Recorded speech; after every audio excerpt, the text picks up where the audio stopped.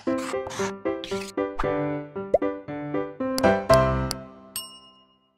Students, मैं आपका chemistry educator Deepak Jha आपका ब्लूप्रिंट डिजिटल में स्वागत करता हूं। पिछले कक्षाओं में हम लोगों ने कंसंट्रेशन टर्म्स को खत्म कर लिया था। आज का जो हमारा सेशन है, इस सेशन में हम लोग वाष्प दाब अर्थात वेपर प्रेशर को समझेंगे। यदि हम लोग वाष्प दाब को समझना चाहें तो सबसे पहले हमको वाष्पन की क्रिया को समझनी पड़ेगी। तो हम लोग वाष्पन को समझते हैं। देखिए, हमारे पास ये कोई एक ओपन कंटेनर है। क्या है? खुला हुआ कंटेनर है और इसमें कुछ हमारे पास लिक्विड है। तो देखिए, ये जो लिक्विड है, इसमें लिक्विड के मॉलिक्यूल्स होंगे। क्या होंगे? लिक्विड के मॉलिक्यूल्स होंगे। ये लिक्विड के मॉलिक्यूल्स एक दूसरे से टकरा रहे होंगे। अब ये जो लिक्विड के मॉलिक्यूल्स एक दूसरे से टकरा रहे होंगे तो इनमें क्या होगी? गतिज ऊर्जा होगी।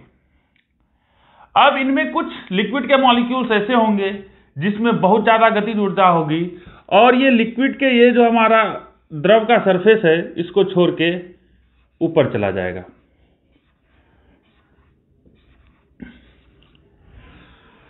यदि इसको ये ऊपर चला गया तो ये कहां चला जाएगा? वातावरण में चला जाएगा और हम क्या बोलेंगे कि वाष्पन की क्रिया हो रही है। ये जो वाष्पन की क्रिया है, यदि हमारा ये कंटेनर खुला हुआ होगा तो ये हमेशा यहां से वाष्पन होता रहेगा।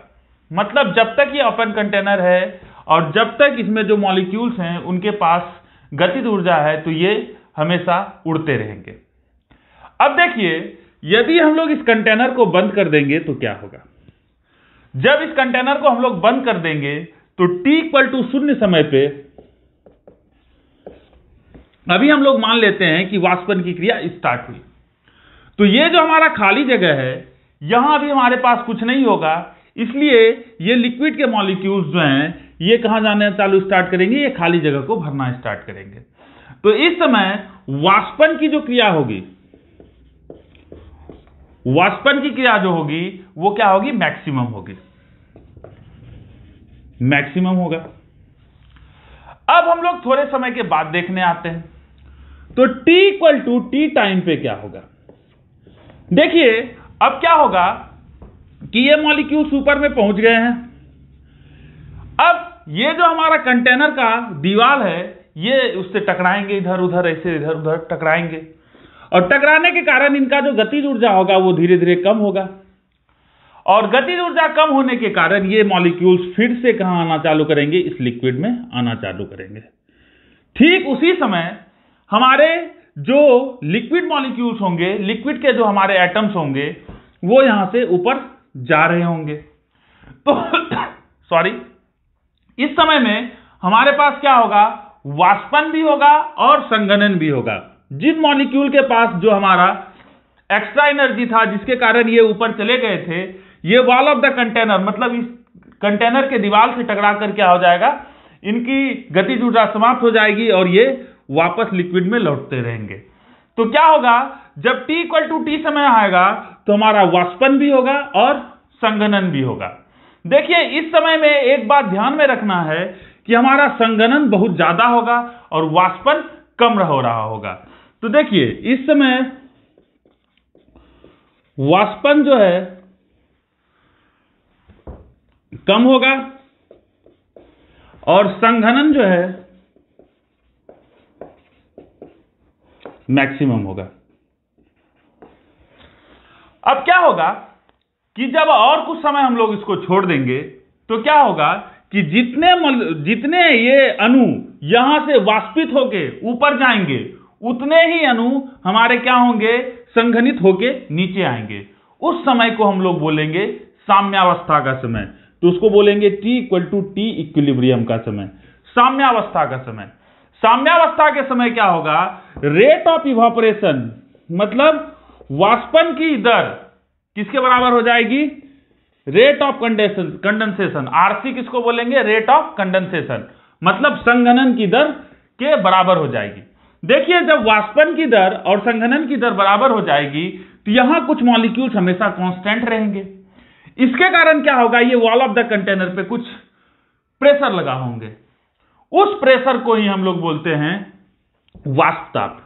मतलब क्या हुआ, यदि वाष्प दाब का हम लोग डेफिनेशन लिखना चाहें तो साम्यावस्था के समय जो भी प्रेशर इस कंटेनर पे ये लिक्विड के मॉलिक्यूल्स लगाएंगे उसको ही हम लोग बोलेंगे वाष्प दाब अथवा वेपर प्रेशर।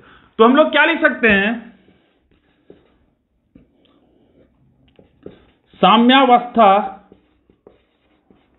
के समय, क्या, साम्यावस्था के समय जो भी दाब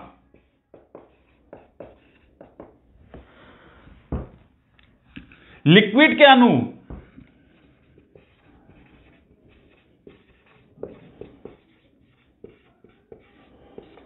क्या होगा, लिक्विड के अणु वॉल ऑफ द कंटेनर से पे लगाए। वॉल ऑफ द कंटेनर मतलब क्या हुआ, ये जो हमारा कंटेनर है उसका वॉल, जो भी लिक्विड के अणु जो भी दाब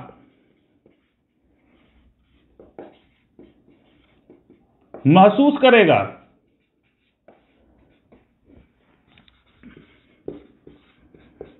उसको वाष्प दाब बोलेंगे।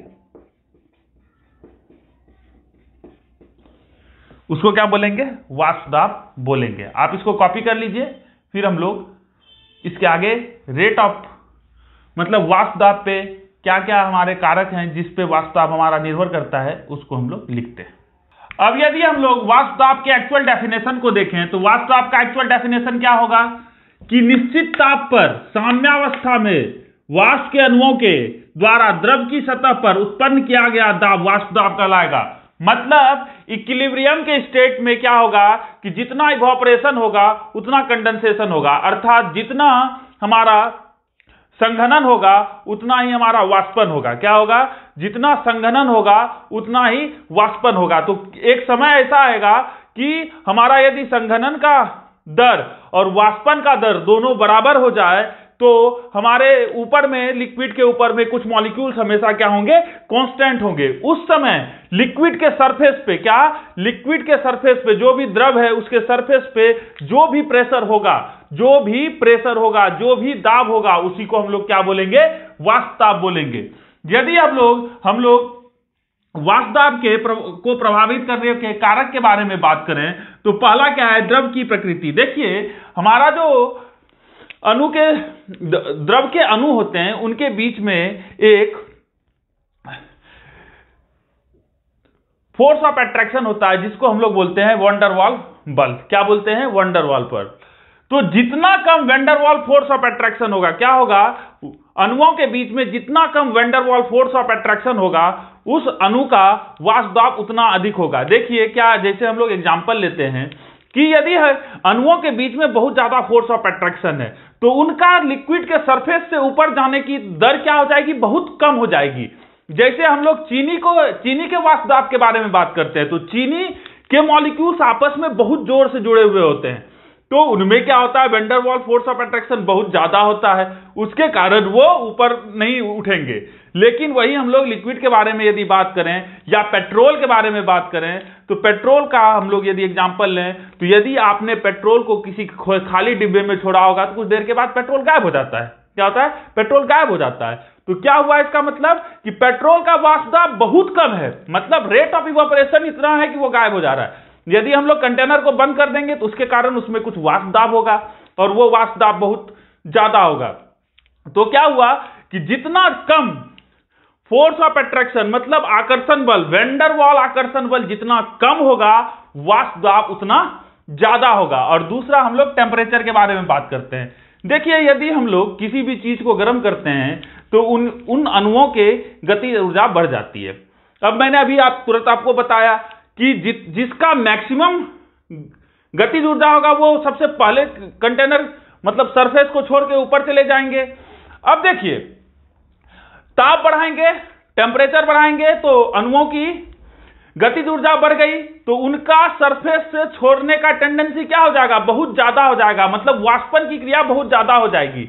इसके कारण क्या होगा, हमारा वाष्प दाब बढ़ जाएगा। मतलब टेम्परेचर इंक्रीज करने पे हमारा वाष्प दाब जो है वो बहुत ज्यादा हो जाता है। तो ये हमारे दो कारक थे जिससे हम लोग वाष्प दाब को बढ़ा या घटा सकते हैं। पहला नेचर ऑफ द लिक्विड, दूसरा हमारा टेम्परेचर की हमारा ताप कितना है, यदि हम लोग ताप बढ़ाएंगे तो वाष्प दाब बढ़ेगा, और दूसरा यदि वैन डर वाल बल कम होगा तो वाष्प दाब बढ़ेगा। तो इसको आप कॉपी कर लीजिए जल्दी से। फिर हम लोग इसको विलियन में लगा के देखते हैं कि हमारा उसमें वाष्प दाब कैसे वेरी करता है। जल्दी से कॉपी कर लीजिए। अब देखिए हमको जो है द्रव दब विलयनों का वाष्प दाब तथा राउल्ट के नियम के बारे में बात करना। देखिए हम लोगों ने एक विलयन लिया जिसमें हमारे पास विलेय तथा विलायक है। हम लोग मान लेते हैं कि हमारा विलेय भी यहां से उड़ रहा है और विलायक का भी कुछ मात्रा में वाष्प दाब है। तो देखिए हम लोगों ने क्या क्या माना है कि जब ये शुद्ध अवस्था में है, क्या है, ये शुद्ध अवस्था में है, तो इनका वाष्प दाब PA0 तथा PV0 है। इसका मोल प्रभाज XA तथा इसका मोल प्रभाज XB है। मोलों की संख्या, यदि विलेय के मोलों की संख्या के बारे में बात करें तो ये Na है, विलायक के मोलों की संख्या के बारे में बात करें तो Nb है। यदि हमको XA निकालना होगा तो ये क्या हो जाएगा बताओ, विलेय के मोलों की संख्या मतलब टोटल नंबर ऑफ मोल्स। हम लोग विलेय और विलायक को मिलाकर क्या बनाएंगे, विलियन बनाएंगे। क्या बनाएंगे, विलियन बनाएंगे। तो देखो XA क्या का वैल्यू क्या हो जाएगा, Na प्लस Nb, और XB क्या हो जाएगा, Nb Na प्लस Nb। ये हम लोगों ने मोल प्रभाज में सीख लिया है। अब देखो आंशिक दाब के बारे में बात करते हैं। देखो जब विलेय तथा विलायक को मिला देंगे तो क्या होगा, जब विलेय और विलायक को मिलाएंगे तो हमारे पास, यदि हम लोग कंटेनर को देखें तो जब हमारा नया कंटेनर बनेगा तो इसमें विलेय के भी पदार्थ एटम अणु होंगे, A भी होगा, B भी होगा, A भी होगा और B भी होगा। तो A भी उड़ेगा, B भी उड़ेगा, A भी उड़ेगा और B भी उड़ेगा। तो इस समय A का कुछ अलग वाष्प दाब होगा और B का कुछ अलग वाष्प दाब होगा, जिसको हम लोग PA तथा PB मान लिए। क्या मान लिए हैं, PA तथा PB मान लिए। अब देखो एक चीज ध्यान में रखना कि यदि हम लोग PA के बारे में बात करें तो देखो PA जो है वो हमेशा PA0 से छोटा होगा। क्यों होगा बताता हूं। देखो जब इस कंटेनर में देखें तो यहां A के भी अणु हैं और B के भी अणु हैं। तो A के अणु उड़ रहे हैं और B के भी अणु उड़ रहे हैं। तो देखो यदि ये B मौजूद नहीं होता तो यहां भी A ही होते और A के अणु भी यहां से उड़ रहे होते, मतलब ज्यादा A के अणु उड़ते तो उस समय इसका वाष्प दाब ज्यादा होता।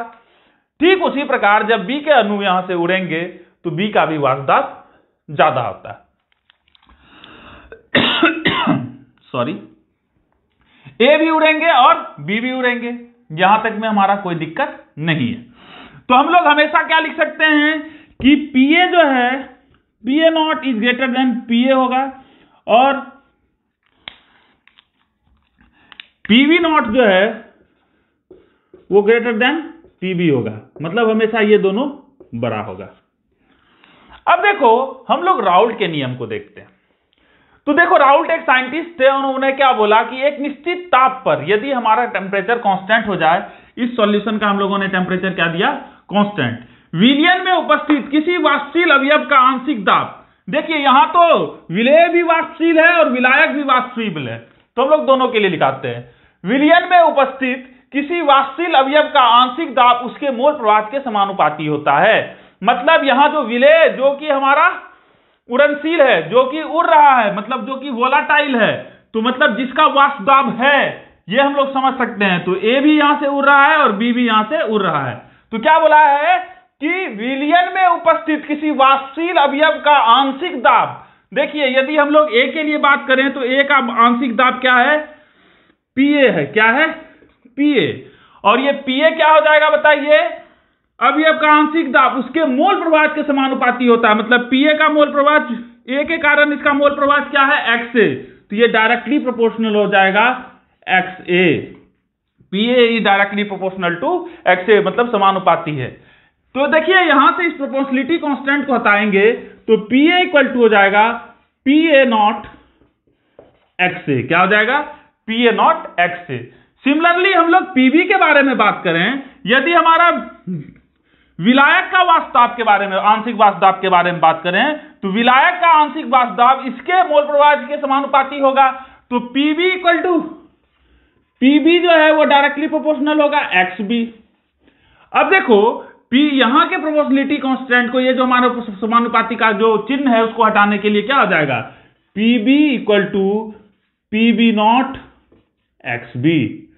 देखो अब हम लोग एक चीज जानते हैं, यदि इन दोनों को मिला के हम लोगों ने विलियन बनाया तो यहां A के कारण कुछ आंशिक वाष्प दाब होगा और B के कारण आंशिक वाष्प दाब होगा। मतलब इसका जो टोटल प्रेशर होगा PT, जो कि इसका A के कारण वाष्प दाब और B के कारण जो आंशिक वाष्प दाब होगा, टोटल प्रेशर होगा वो PT होगा और वो क्या होगा? PA प्लस PB होगा। तो देखो PT इक्वल टू हम लोग क्या जानते हैं? PA plus PB। ये हमारा डाल्टन का नियम है। डाल्टन बोला कि यदि बहुत सारे गैस हमारे किसी कंटेनर में हैं जिसका प्रेशर है, तो यदि टोटल प्रेशर निकालना है तो इंडिविजुअल का जो आंशिक दाब है उसको जोड़ दो तो वो निकल जाएगा। ये हम लोगों ने कहां से निकाला? डाल्टन के नियम के हिसाब से। तो PT equal to PA plus PB। अब देखो PA का वैल्यू क्या है? PA नॉट XA और PB का वैल्यू है PB नॉट XB। तो यहां से हम लोग PT निकाले हैं तो क्या हो जाएगा? PA naught XA plus PB naught XB। क्या हो जाएगा? PB naught XB। अब देखें हम लोग XA और XB बराबर कितना होगा? यदि किसी हमारे पास दो अवयव हैं और दोनों के यदि हम लोग मोल प्रवाह को जोड़ देंगे तो उसका वैल्यू हमेशा 1 होगा। तो हम लोग जानते हैं XA प्लस XB बराबर 1 होता है। तो यहां से हम लोग XB इक्वल टू क्या लिख सकते हैं? 1 माइनस XA लिख सकते हैं। क्या लिख सकते हैं? 1 माइनस XA। तो यहां ये वैल्यू हम लोग पुट कर देते हैं XB की जगह 1 माइनस XA। तो PT इक्वल टू क्या हो जाएगा? देखो PA naught XA plus PB not into 1 minus XA। 1 minus XA क्या हो जाएगा? 1 माइनस XA हो जाएगा। तो देखो यहां से PT निकालेंगे तो क्या हो जाएगा? PA naught XA plus PB not minus PB naught XA। अब देखो हम लोग इसको अच्छे से कर लेते हैं। तो PB नॉट प्लस, अब देखो यहां से लिख सकते हैं PA naught minus PB not into XA। तो यहां से क्या हो जाएगा? PA naught minus PB not into XA। तो देखो PT क्या हो जाएगा हमारा? यदि हम लोग टोटल प्रेशर निकालेंगे तो टोटल प्रेशर क्या हो जाएगा? PB naught plus PA naught minus PB naught XA। देखो इसको याद करने का तरीका हम सिखाते हैं। याद कैसे करेंगे? देखो यदि B है तो आगे A होगा, यदि A है तो फिर B होगा, फिर B है तो A होगा। तो देखो PB naught plus PA naught minus PB not क्या है? PB naught plus PA naught minus PB naught XA। अब यहां हम लोग यदि XB के जगह XA निकालेंगे तो हमारे पास नया फॉर्मूला क्या आ जाएगा? PA not plus PB not minus PA not और यहां आ जाएगा XB। तो आपके लिए, हमारे लिए ये जो सबसे इंपॉर्टेंट फॉर्मूला आया वो क्या आया? ये आया टोटल प्रेशर निकालने के लिए PB naught plus PA naught minus PB naught XA होगा। एक और इंपॉर्टेंट दो फॉर्मूले यहां से भी हमारे आए हैं, PA equal to PA naught XA और PB naught equal to PB naught XB। तो ये हमारे कुछ इंपॉर्टेंट फॉर्मूले हैं जिसको हमेशा याद रखना है। देखिए इसके लिए आपको ध्यान से इसको पढ़ना पड़ेगा और समझ में आ गया होगा तो तुरंत क्या कीजिए? वीडियो को लाइक कीजिए पहले, उसके बाद आगे बात करेंगे। वीडियो को लाइक कीजिए, चैनल को सब्सक्राइब कीजिए पहली बार पढ़ रहे हैं तो, और हमें सपोर्ट कीजिए ताकि जो है हम लोग और अच्छे अच्छे वीडियो आपके तक पहुंचा पाएं। आप इसको कॉपी कर लीजिए और इसको भी कॉपी कीजिए, लाइक कीजिए, जल्दी जल्दी लाइक करो यार। इसको कॉपी कीजिए, फिर हम लोग इसके ग्राफ को प्लॉट करते हैं और हम लोग इस पे कुछ अच्छे अच्छे प्रश्न को भी करते हैं। देखिए हम लोगों ने अभी तुरंत क्या पढ़ा कि PT equal to PB naught plus PA naught minus PB naught XA होगा। सिमिलरली ठीक इसी प्रकार हम लोग एक और फॉर्मूला लिख सकते हैं, PT equal to PA0 plus PB0 minus PA0, और यहां क्या हो जाएगा, XB। क्या हो जाएगा, XB। दो और फॉर्मूले हम लोगों ने पढ़े, PA equal to PA0 XA और PB equal to PB0 XB। हम लोगों ने एक और फॉर्मूला पढ़ा, XA प्लस XB बराबर 1। क्या पढ़ा, XA प्लस XB बराबर 1। अब देखो हम लोग एक चीज ध्यान से देखते हैं। तुम यदि इस ग्राफ को देखोगे तो इसमें तुमने अपने लाइफ में अभी तक जो ग्राफ पढ़ा होगा उसमें सिर्फ एक ही लाइन दिखे होंगे। मैंने एक और लाइन यहां एक्स्ट्रा खींचा है। देखो इसका कारण क्या है। हम लोग इस जगह XA के वैल्यू को 1 प्लॉट करते हैं। इधर हमारा मोल प्रवाह है और इधर हमारा वाष्प दाब है। देखो यदि XA के वैल्यू को 1 पुट करें तो इसका मतलब क्या है, XB हमारे पास है ही नहीं, तो XA इक्वल टू 1 पुट करेंगे तो XB का शून्य क्या होगा, वैल्यू क्या होगा, 0। अब हम लोग यहां आते हैं तो जैसे जैसे हमारा XA का वैल्यू बढ़ेगा,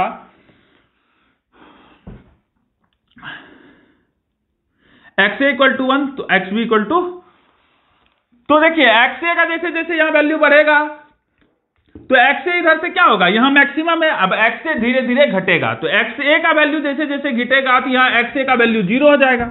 यदि XA के वैल्यू को 0 कर दिए तो XB का वैल्यू क्या होगा, 1 हो जाएगा। हम मान लेते हैं, माना कि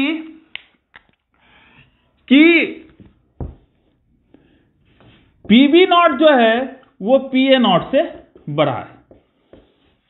क्या है, शुद्ध अवस्था में A ज्यादा वाष्पशील, B ज्यादा वाष्पशील है A के हिसाब से। तो हमारा क्या होगा, यहां हम लोग मान लेते हैं कि कोई PA0 है और यहां हम कम वाष्पशील है तो यहां मान लेते हैं PB0। अब देखो यदि हम लोग इस इक्वेशन में देखें, यदि हम लोग XA के वैल्यू को 1 पुट कर देते हैं, क्या करते हैं, XA के वैल्यू को 1 पुट कर देते हैं। यदि XA के वैल्यू को 1 पुट करेंगे तो PB0 यहां से क्या हो जाएगा, XA के वैल्यू को 1 पुट करेंगे तो ये XA तो खत्म हो जाएगा और हमारे पास क्या हो जाएगा, PB0 plus PA0 minus PB0, मतलब हमारे पास क्या हो जाएगा, PA0। मतलब जब हम लोग XA के वैल्यू को 1 पुट कर रहे हैं तो PB0 कितना हो जा रहा है, PB0 के बराबर। तो ये क्या हो जाएगा, XA के वैल्यू को 1 पुट करेंगे तो इसका वैल्यू क्या आ जाएगा, PA0। क्या आ जाएगा, PA0। तो देखो ये PA0 कहां है, ये है। अब देखो यदि हम लोग फिर से बात करें, यदि हम लोग XB के वैल्यू को यहां 0 पुट कर देते हैं, XB के वैल्यू को यदि हम 0 पुट करेंगे तो ये पूरा वैल्यू 0 हो जाएगा और ये तब भी वैल्यू PA0 आ जाएगा, इसमें कोई दिक्कत नहीं है। अब हम लोग XB के वैल्यू को 1 पुट करके देखते हैं। यदि XB के वैल्यू को 1 पुट करके देखेंगे तो इसका वैल्यू क्या हो जाएगा, PB0, मतलब PA0 का वैल्यू कहां आ जाएगा, PB0 यहां 0 के पास आ जाएगा। तो ये हमारा हुआ।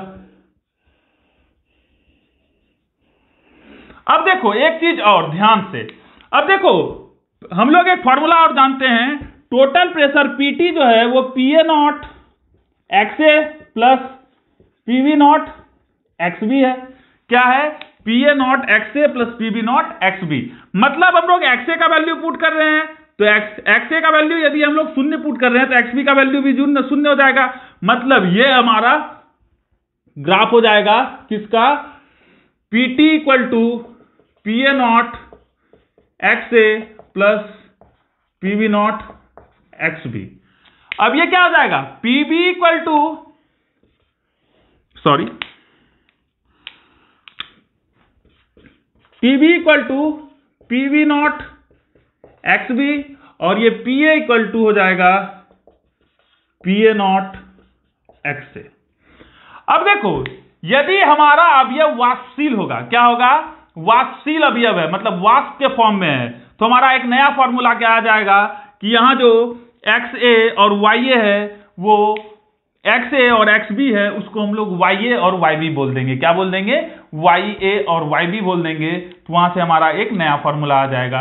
आप इसको कॉपी कर लीजिए, फिर हम लोग प्रश्नों से इसको समझते हैं और हमारा जो एक फॉर्मूला है उसको भी देखते हैं। यदि हम लोग अब वाष्प अवस्था में संगठन देखें तो वाष्प अवस्था में हमारा क्या हो जाएगा, Pa = Ya × P और Pb = Yb × P, जहां Ya तथा Yp वाष्प अवस्था में मोल प्रभाज होगा तथा P जो है कुल वाष्प दाब होगा।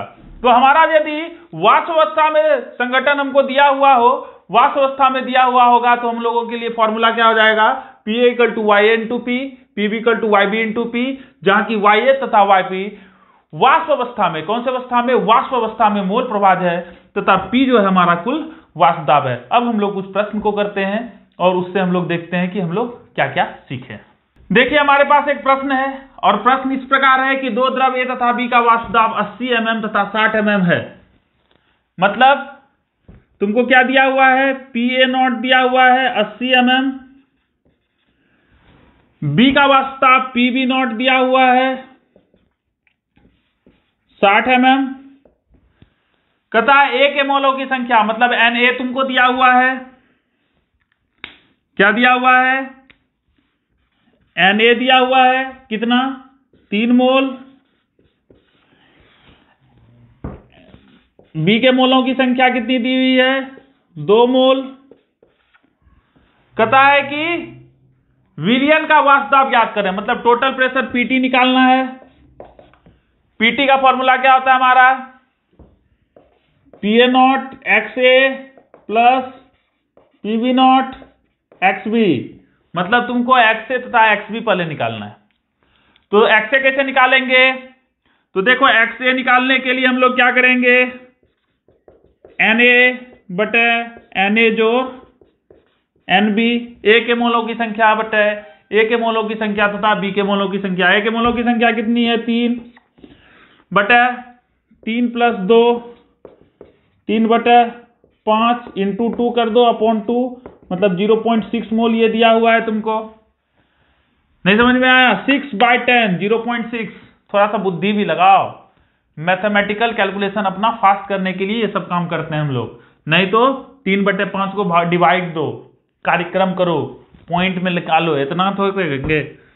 और यदि एक्स भी निकालना है तो क्या हो जाएगा, NB बटे Na प्लस NB, ये कितना हो जाएगा, 2/3 + 2 = 2/5 गुना 2 कर देंगे तो 0.4।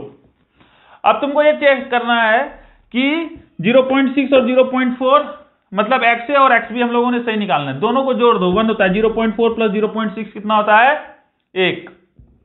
इसमें कोई दिक्कत नहीं है। अब हमारे पास फॉर्मूला क्या है,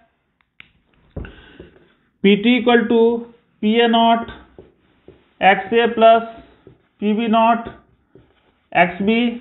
वैल्यू हम लोग रखना चालू करते हैं। वैल्यू क्या रखेंगे बताओ, Pa0 80 × 0.6 जोड़ 60 गुना 0.4, सॉल्व करो, 8 के 48 कितना हो गया, 4.8, कितना हो गया, 8 × 6 = 48 जोड़ 6 के 24, 2.4 जोड़ दो, तो आंसर कितना हो जाएगा, 8 के 48, एक शून्य तो गया, पॉइंट कैसे आ जाएगा, 48 जोड़ 24, 48 जोड़ 24 कितना होता है, 72, तो ये क्या हो जाएगा, 72 mm। कितना हो जाएगा टोटल, यदि इस विलयन के वाष्प दाब के बारे में बात करेंगे तो वो कितना हो जाएगा, 72 हो जाएगा। तो ये प्रश्न हमारा 2017 बोर्ड के एग्जामिनेशन में आया था, इसको आप कॉपी कर लीजिए। एक दो हम लोग एनसीईआरटी के एग्जाम्पल को लेते हैं, फिर हम लोग आज के सेशन को समाप्त करेंगे। जल्दी से इसको कॉपी कर लीजिए। हमारे पास एक क्वेश्चन है कि 298 केल्विन पर CH_Cl3 तथा CH2Cl2 का वाष्प दाब क्रमशः 200 mm Hg तथा 415 mm Hg है। हमारा इसमें पहला प्रश्न है कि 25.2 ग्राम CH_Cl3 तथा 40 ग्राम CH2Cl2 को मिलाकर बनाए गए विलयन का वाष्प दाब की गणना करें। देखिए एनसीईआरटी का ये क्वेश्चन है। सबसे पहले हमको क्या दिया हुआ है, देखिए हमको CH_Cl3 का वाष्प दाब दिया हुआ है 200 mm Hg, तो हम लोग क्या लिख सकते हैं, P0 of CH_Cl3, ये कितना दिया हुआ है, सॉल्यूशन हम लोग लिख देते हैं यहाँ, CHCl3 कितना दिया हुआ है 200 mmHg। दूसरा क्या दिया हुआ है CH2Cl2 का वाष्प दाब, मतलब P0 शुद्ध अवस्था में दिया हुआ है। CH2Cl2 का कितना दिया हुआ है 415 mmHg। अब देखो और क्या दिया हुआ है हमारे पास, यदि देखें तो हमको दिया हुआ है CHCl3 का द्रव्यमान, वेट ऑफ CHCl3 कितना दिया हुआ है 25.5 ग्राम, और वेट ऑफ CH2Cl2 कितना दिया हुआ है, CH2Cl2 दिया हुआ है 40 ग्राम। को मिलाकर बनाए गए विलयन का वाष्प दाब की गणना कीजिए। देखिए हमारे पास फॉर्मूला हो जाएगा, यदि हम लोग देखें तो PT equal to PA0 XA plus PB0 XB। PA यहां मान लेते हैं हम लोग CHCl3, A को मान लेते हैं CHCl3 और B को मान लेते हैं CH2Cl2। तो देखो हमको XA निकालना है और XB निकालना है। अब देखो XA और XB निकालने के लिए हमको मोलों की संख्या चाहिए, किसका CH3Cl3 के मोलों की संख्या और CH2Cl2 के मोलों की संख्या निकाल लेते हैं। कैसे निकालेंगे भैया, हम लोग निकालते हैं कि number of moles of CHCl2, तो इसका द्रव्यमान दिया हुआ द्रव्यमान हम लोग जानते हैं, फॉर्मूला यदि आपको पता होगा मोलों की संख्या होता है कि जो भी द्रव्यमान दिया हुआ उसको उसके मोलर द्रव्यमान से हम लोग क्या करते हैं डिवाइड कर देते हैं, हमको उत्तर आ जाता है। तो मोलों की संख्या 25.5 और यदि CHCl3 का मोलर द्रव्यमान देखें तो वो हो जाएगा 119.5। जब इसको हम लोग सॉल्व करेंगे तो ये आ जाएगा 0.470। ये क्या आ जाएगा 0.470, याद है हमको। अब देखो CH2Cl2 के मोलों की संख्या यदि ज्ञात करें हम लोग तो क्या हो जाएगा, इसका द्रव्यमान 40 दिया हुआ है और इसका मोलर द्रव्यमान होता है हमारा 85। जब इसको सॉल्व करोगे तो यह आ जाएगा 0.213। कितना आ जाएगा जो 0.213 मोल और यहां भी आ जाएगा मोल।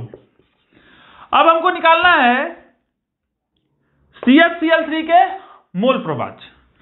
तो मोल प्रवाह CHCl3 का, तो इसके मोलों की संख्या 0.470 बटे 0.470 इसके मोलों की संख्या जोड़ इसके मोलों की संख्या, ये क्या हमारा CHCl2 के मोलों की संख्या जोड़ 0.213।